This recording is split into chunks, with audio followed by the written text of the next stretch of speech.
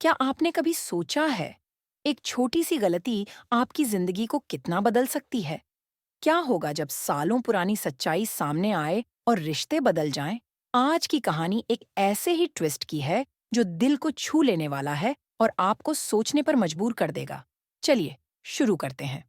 गांव में हर साल लगने वाला मेला इस बार कुछ अलग था। लावण्या, जो गांव की सबसे प्रतिष्ठित महिला थी, वहां अपनी बहू दीपिका के साथ पहुंची थी। दीपिका, जो लावण्या के लिए सिर्फ बहू नहीं बल्कि बेटी के समान थी, फूलों की एक दुकान पर रुकी। वहां का माहौल इतना खुशनुमा था कि किसी का भी दिल खिल उठे। लेकिन उसी मेले में एक ऐसा पल आया जिसने सबकी जिंदगी बदल दी। चिराग, दीपिका का पति, अचानक एक बच्ची चंदू के पास ठिठक गया। उसकी आंखों में एक अजीब सा सवाल था, यह बच्ची कौन है और क्यों उसकी आंखों में एक अजीब सी जानी पहचानी चमक है। चंदू, जो दीपिका की बेटी थी, अपने लंच का इंतजार कर रही थी। लेकिन कहानी तब मोड़ लेती है जब दीपिका उसे अपने साथ लंच शेयर करने को कहती है। मैं किसी के साथ लंच शेयर नहीं करती, चंदू ने तपाक से जवाब दिया। दीपिका ने मुस्कुराकर कहा, एक बार खाकर देखो, अगर पसंद ना आए तो फिर मत खाना। चंदू मान गई और पहली बार महसूस किया कि खाना प्यार का एक अनोखा जरिया हो सकता है।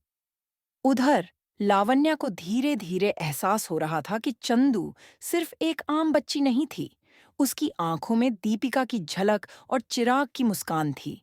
सच्चाई जैसे एक मखमली पर्दे के पीछे से झांक रही थी। लावण्या ने चिराग और दीपिका को एक साथ बुलाकर एक गहरी बात छेड़ी। दीपिका, क्या तुम मुझे कुछ बताना चाहती हो? दीपिका के चेहरे पर चिंता की लकीरें थीं। उसने धीरे धीरे सच कबूल किया।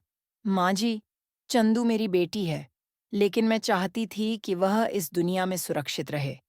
मैंने उसे दूर रखा ताकि वह मेरी बीमारी से दूर रह सके।